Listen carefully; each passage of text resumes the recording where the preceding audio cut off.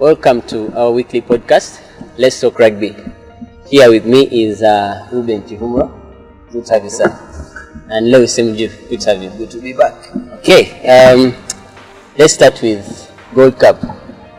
Last week in Uganda, I read your article about the right and wrongs of Uganda crimes.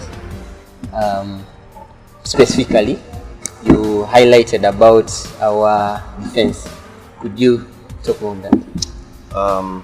In what was a near almost perfect display from the Cranes, defense wasn't actually an issue. It was very good, apart from when it came to the set piece, the scrum down. You'd find that the backs, their realignment during defense of the scrum down, there were very, very big gaps. That's where you see that Tunisia got the two opportunities they did, and they were able to break and able to score. So if you find a team that is sharper than Tunisia were, they are able to utilize that whenever they get to our half and exploit it for their benefit, just because that Tunisia wasn't awake and they couldn't be able to capitalize on that. Okay. Lewis, Ivan Magom is back in the team. What do you make of that? Well, I am as happy as the next rugby fan. I mean, Ivan Magom is probably the best thing you have in the country right now. He's a game setter, he's a pace setter. In a summary, I'm glad to have him back in the team. Okay. Let us discuss the threat that Morocco poses on Saturday. For all those that have watched what Morocco can do, especially for the fact that they are at the bottom, they are in a position where they don't want to be. They are fighting against Zimbabwe and Tunisia, not to go back to Tier 1. So that makes them a very dangerous team. If you've watched Morocco play, they are pretty much like Tunisia, very big, very physical, but what sets them different is their feet. So what we're going to expect, we need to also be more awake, not have those nerves that we had at the beginning of the game. We need to be more prepared and not take them for granted. So having people like Ivan Magom back, we have a general back, so I think we shall be able to execute, be able to put out points earlier and kill the game while it's still early, honestly. Lewis, if you were the Cranes coach, what would you do differently against Morocco that the players did or did not do against Tunisia over the weekend?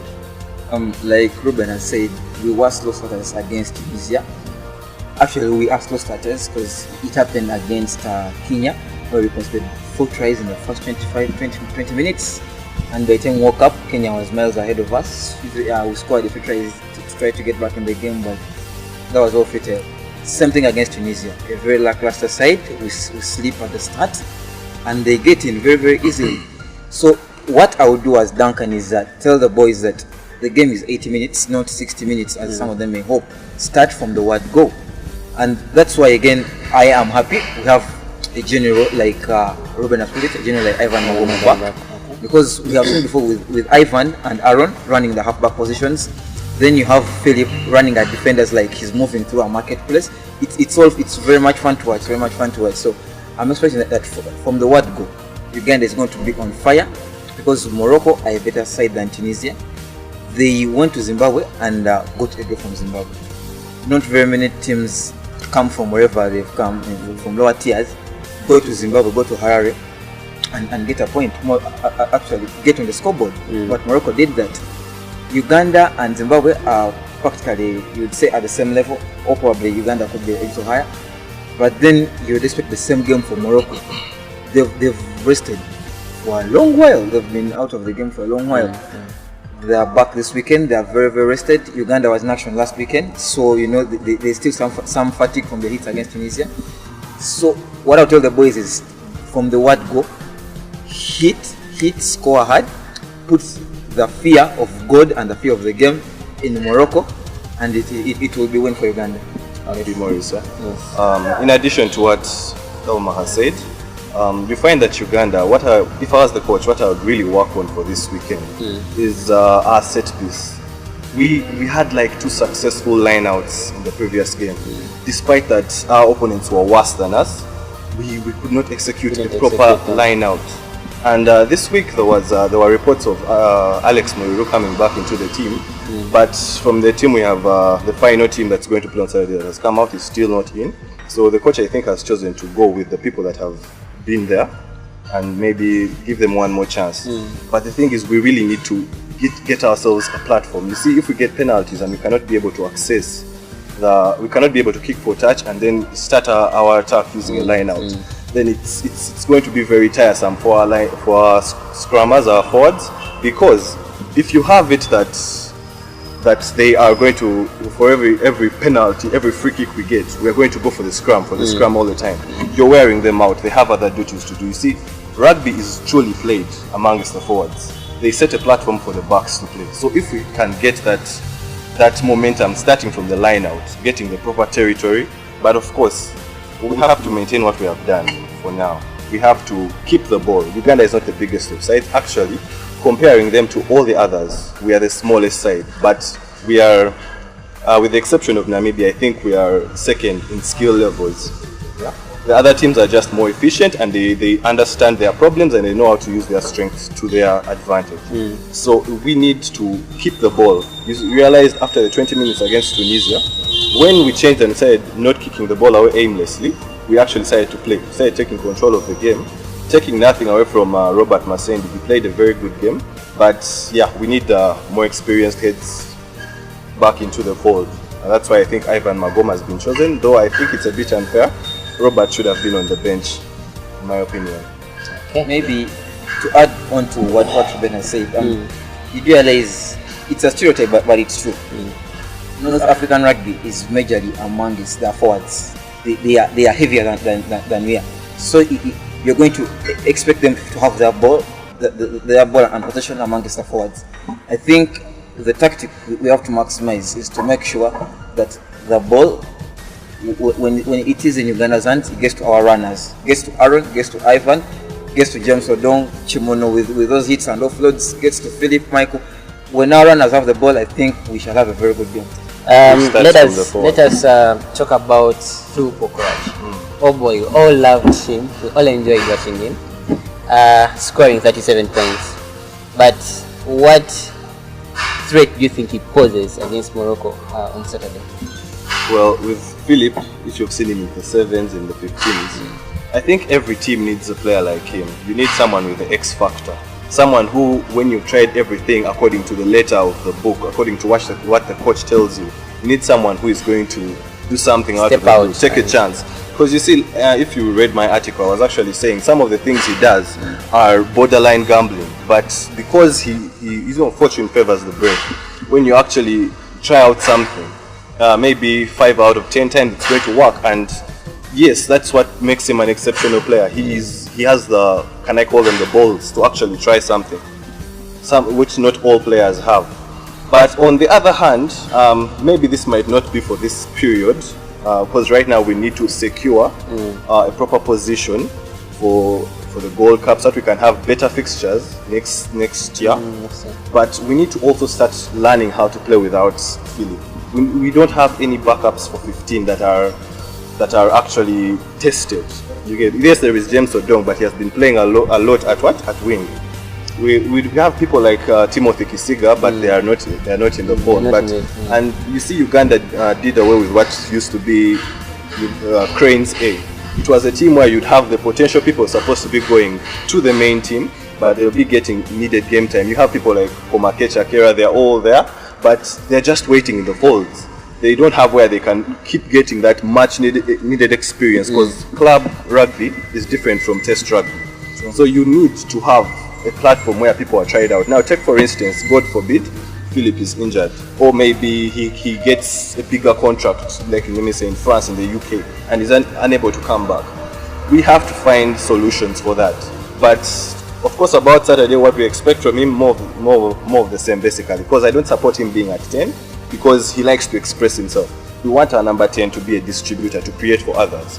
Now, what we have from Philip is he's going to do what? He's going to run at people, he's going to draw people, create for others, he's going to kick, he's going to just express himself, like I said. So we need him to do that, and 15 or 13 would be his perfect positions for me, if our coach. Okay. Eric Muller and Sajja, back in the team. What say you? Musaja was a don last year in the Gold Cup. Whoever watched our back row last year was amazed with what we got, because we had Musaja in there, we had Marvin, had Brian. Their backups were Scott, Musa Mwangi was of back row. So back row heaven. It was amazing. Then this year he's brought back in against Kenya, and he went AWOL. He moonlighted. But you see, it is something that happens with every sportsman. There's a rainy day, there's a sunny day. So it wouldn't make sense for a player to have a bad day and then you keep him out forever. It shows something great about the camp and about the coach, that he trusts his players. Even if you've had one bad game, I trust you. You are man enough. You can come back, you can beat this, and you can do better. So I'm very happy for Musaja is back. Then Mula's case, I think center 13 and 12 are positions where Uganda struggles for talent so much, unlike in other positions, because you could mention fullback and you say, well, Philip this with that, then you would think there's Chisiga, there's Adrian Casito.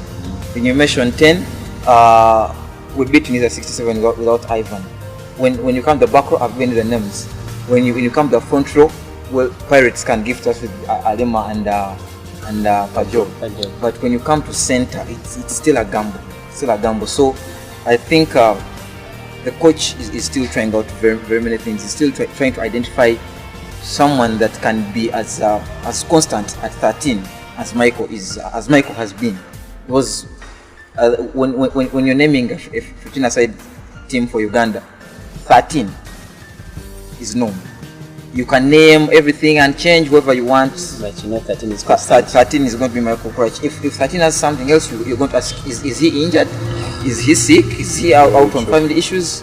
So I think the coach is trying to build up Mula for this role. Not only Mula, because last weekend we saw Ian Munyani in the poll. So and the coach says he has a bigger pool this year. So he's trying to give more players more time and figure out a system and boys he can work with. So I'm happy for Mula, I'm happy for Musaja as well. Okay, Ruben, what's your prediction for the weekend? The weekend, I think we're going to have a score in the margins of 50, maybe 55 to 20. To Uganda, of course. Of course. I don't want to give Morocco all 20 points. I'll give them at most 14. Then Uganda, I'll go for 40. 14 is my prediction. 40 Uganda, 14 Morocco. Alright, let's talk about Kenya, Tunisia shortly. Yeah, William Baka has been called, and we see that Kenya, if they win by bonus points, they'll go in the range of 3 points. 3 points, yeah. Namibia, though, has been very flawless. We saw them beat Zambia. Zimbabwe, 58-28. Let's talk about the Kenya-Tunisia game. Do you think they have it in them to win by bonus points? Very sure. I'm very confident about it. It's one of the games that I can actually put my hand there to be cut off if they don't get it. They are going to get the bonus point. The reason why people like William Baka are brought into the team is for actually the Namibia game. This game is just going to be like a setup, like a training session, like a platform for them. They're going to go to Tunisia and try to get maximum points, putting pressure and making the Namibians not relax, so setting up what I can call a grand final between Namibia and Kenya in Windhoek. Yeah, but basically I expect Kenya to do what they do best, use their big runners. You see, the compliment with Kenya is they are big but they are fit, and they have people that think for them in Adimo and Mokiza. Yes. So they know how to play, they know how their boys play, especially with Onsomo. Onsomo, the scrum half, knows how to control his forwards. They are really going to use them. And as you saw Tunisia in Uganda, Tunisia is going to come and at least be hard at the beginning, but they are not fit. They don't look fit. They are going to be, and they are suffering with injuries, and they are suffering with other backroom stuff.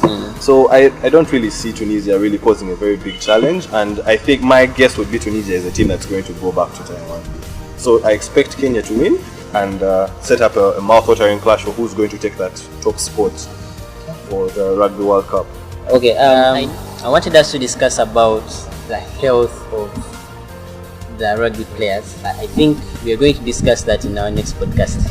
Thank you so much, Ruben. Thank you, Lewis. Always a pleasure. Till next time.